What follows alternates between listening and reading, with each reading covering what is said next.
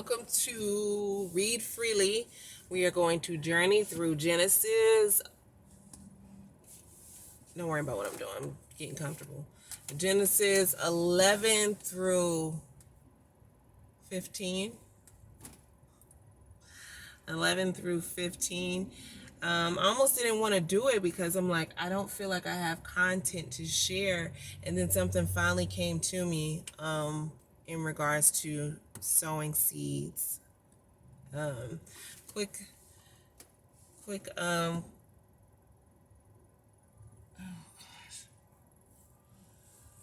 quick insight. I had a beautiful weekend. I had family here, and one of my favorite things to do is spending time with loved ones and friends. I value it. It's at the top of my list. And the second is traveling. I love to experience, be exposed. With all that love and all that experience, there's always been something missing for me. And that's because I wasn't carrying out my calling, my passion. My fault, no one else's. But yeah, so me enjoying the weekend. Y'all even went to church on Sunday.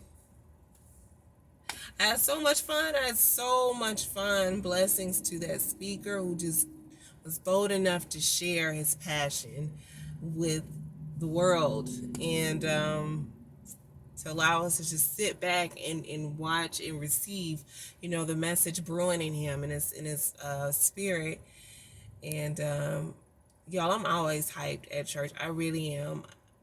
I'm on like a 2 right now because it's daylight. Y'all know I'm a night owl and introvert.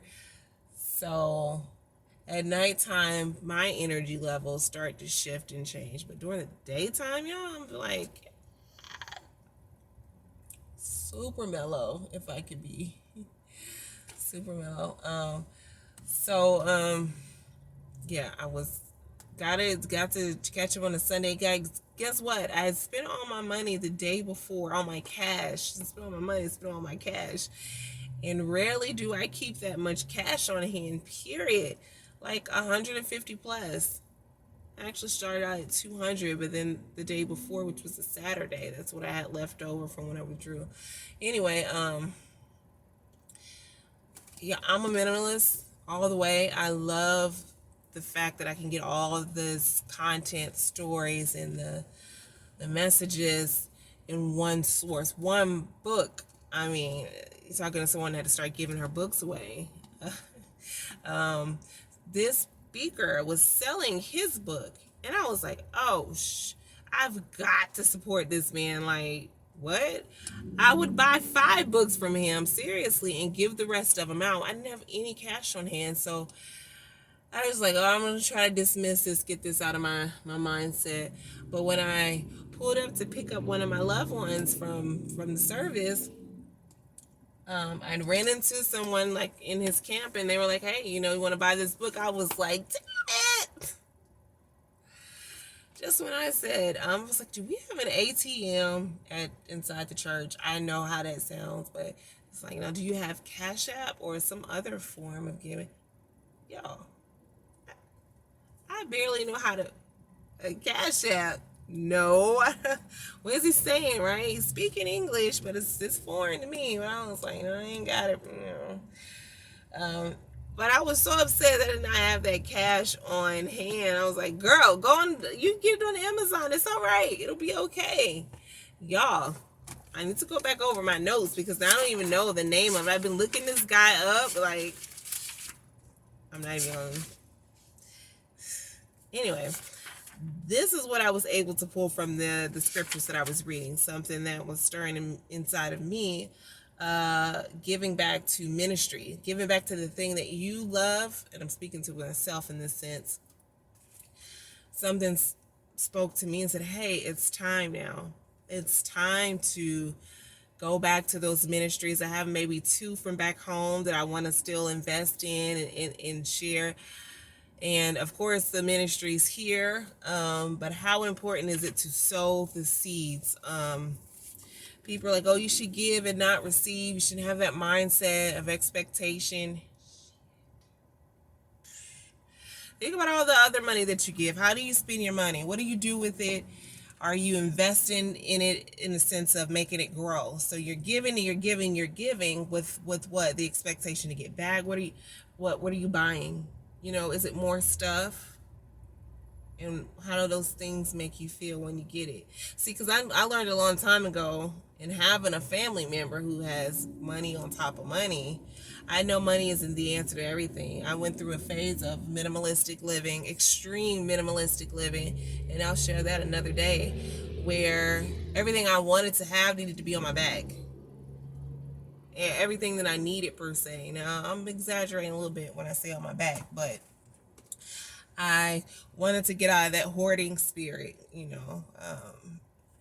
when you're growing up with someone who does experience a level of hoarding and just collecting and collecting and collecting, and it's not going to use, and you see the waste in it, you know how it feels to be getting your hair done, getting your nails done, getting your feet done, and still feeling like,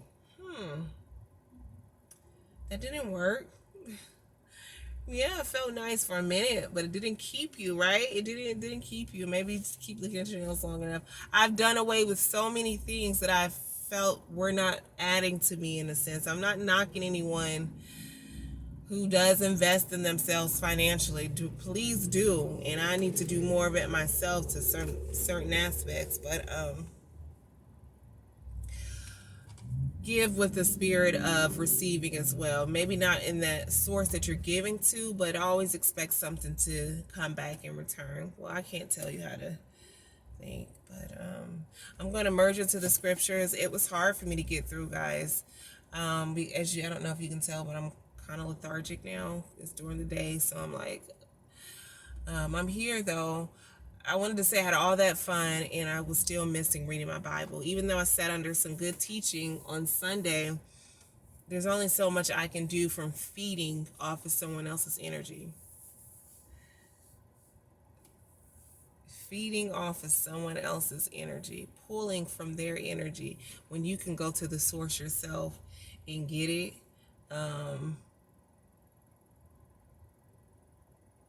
I want it for myself.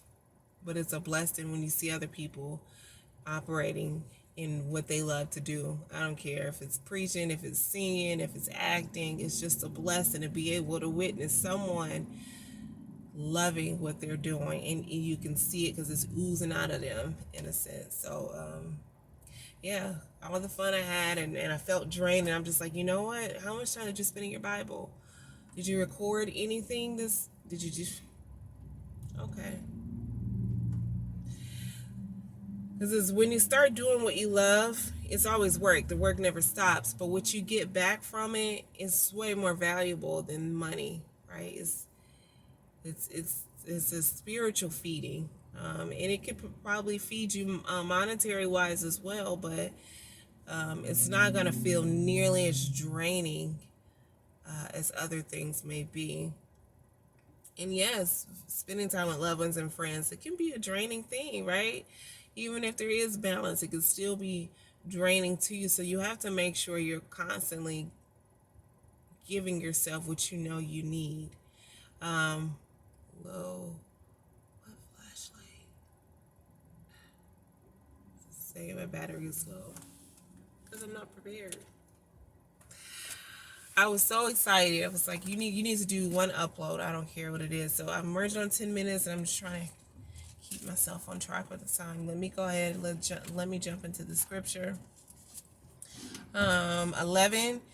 Then God said, let the earth bring forth grass, the herb yield seed, and the fruit. I know I should have my glasses on, but it's daylight. It shouldn't be so bad. Let the earth bring forth grass, the herb that yields seed, and the fruit that yields fruit according to its kind, whose seed is in itself on earth, and it was so. And the earth brought forth grass, the herb that yields seed according to its kind, and the tree that yields fruit, whose seed is in itself according to its kind. And God saw it was good. So the evening and the morning were the third day. And then God said, let there be light in the firmament of the heavens to divide the day from the night, and let them be for signs and seasons, and for days and years, and let them for lights be for lights in the firmament, and the heavens give light on earth. And it was so. What does your version read? It can get a little wordy here, a lot of verbiage. Verbiage. Verbiage? I think it's verbiage. IAGE. Yeah, verbiage. It's a lot of words going on in here, really. I was like, did I say I was going to journey through Genesis again? Like, you were out of it. Why are you going back? But we got to get through it. Some people like to skip the part. They're like, what? This is all boring. Let me skip through. But I don't mind digging into it. So the only thing I could get out of this, because to me it seems like a lot of reiteration. I don't understand the reasoning of this reiteration, but that's what I took away from it. But I was able to take out the importance of sowing seeds, financial seeds, and there are other seeds you can sow as well, spiritual seeds of just doing kindness, being kind and being forgiving. And to me, these are seeds that you're sowing because what you give, you're going to get back. Be careful, because sometimes you're getting some stuff that you didn't give, so it gets a little blurry there. Everyone is going to go through some storms and weather some turbulence. I don't know. Doesn't necessarily mean you've done something to put you in the state when you are going through those times. But it's important that you do have a source so that you can withstand those times. So sowing seeds. Oprah, I heard her speak on something and I was like, oh, okay, she's already there. She stopped giving money away. Stop giving money away to a sense, so she realized that giving money doesn't always help. That's why I think you need to be mindful of the ministries that you're giving to ensure that they are active in their communities, do outreach programs, etc. So that your money is being well invested. So you still have to have a level of accountability with your giving. But for her to be on that financial level status, and she realized that, hey, I have to start giving another way. There's something in me that wants to give. How can I give? And, giving someone money isn't always going to free them. Isn't always going to help them. So, yeah. What seeds are you sowing? That's what I got out of the scripture. Also, confusions on my end. I think I did write it down. What is this evening and day were the first and second day? I kept seeing this. I don't know why it's there, but it is.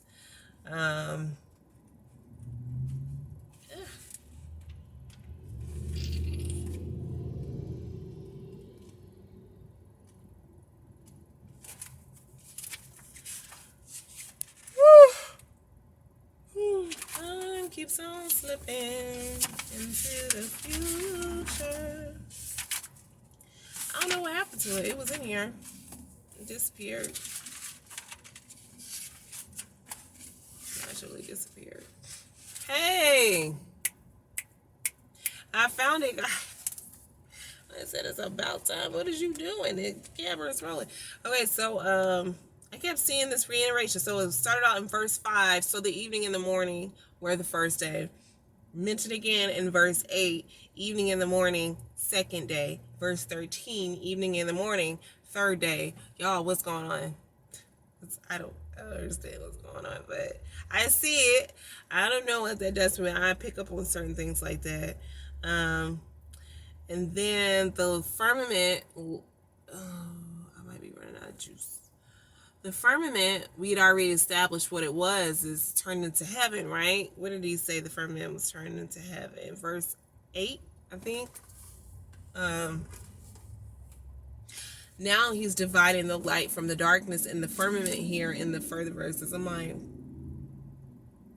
God seems to like, either he likes darkness or he's just making sure that there's balance with light and dark, but it always seems as the dark came first and then the light was added somewhere down the line. And I can't get the visual, guys. I'm not going to stop and stay on it, but I can't get the visual of a heaven being deemed as the firmament, because I thought it was like an island or something separating waters. And then realized that it's just that layer that we see on the earth, shield of some sort. Now this is deemed as heaven. And now we have the light had already been created, but obviously not in the firmament where the heaven was deemed, right? I know I'm confusing, maybe confusing you guys. Verse 8, he said, and God called the firmament heaven, right? So now we're going down to verse 14, where he's given light to the firmament. Is that verse 14? Yeah. Let there be lights in the firmament of the heavens. So I can't vision it. I can't imagine it. It's okay though. I'm like, what does this thing look like? Because we're already seeing something of illumination of light, the firmament, right? That shield. And light has already been created, but this part was dark. I guess heaven was without light at first. And remember, my version had heavens, two heavens, or multiple heavens. And so maybe there's another one as we further go. So again, this isn't a Bible study. This isn't a Bible study. I'm simply sharing my journey with you of reading Genesis verse by verse. I didn't always think it was important to start from the beginning, reading the first book of the Bible, but I got my signs, literally falling out the sky. Genesis was on everything. I'm telling you, on back of cars, it was the name of banks. Somebody else was talking about it on the video. Genesis. That's how real it was for me, my signs. So that's all I can do is share with you how I get through it and why I love reading it, what I get from it. So a lot of reiteration with the seeds and the yielding of it. You see it in 11, then you see it again, almost rephrased slightly, of what the seeds and the fruit were supposed to be doing. Then you see my favorite part where he said God saw it and it was good in verse 12. It's always my part because she's checking it. I don't care what nobody say. Let there be lights. Appreciation for light and day. Both are necessary. Good is taking place during the dark as well as the day. And maybe some bad is taking place during the dark as well as the day as well. However, it seems as God was one with this darkness, being a light in the darkness. Wherever you are, you got to be a light, because it's always going to be amongst us, light and day. You need to be able to function during both times, or a little bit, even the day people, maybe some people just like operating during the day and they're in when the nightfall hits. I don't know. I see balance. I see balance being needed here in verses 11 through 15. I see the importance of reiteration. It's okay to repeat. It's okay to gain clarity or specify. It's not really specification taking place. It's just, seasons. Boy, seasons. I can talk a long time about that. What season are you in? And what's your next season? How long are you staying in this season of your life? That's the beauty. Days and years, time and space, and what they mean to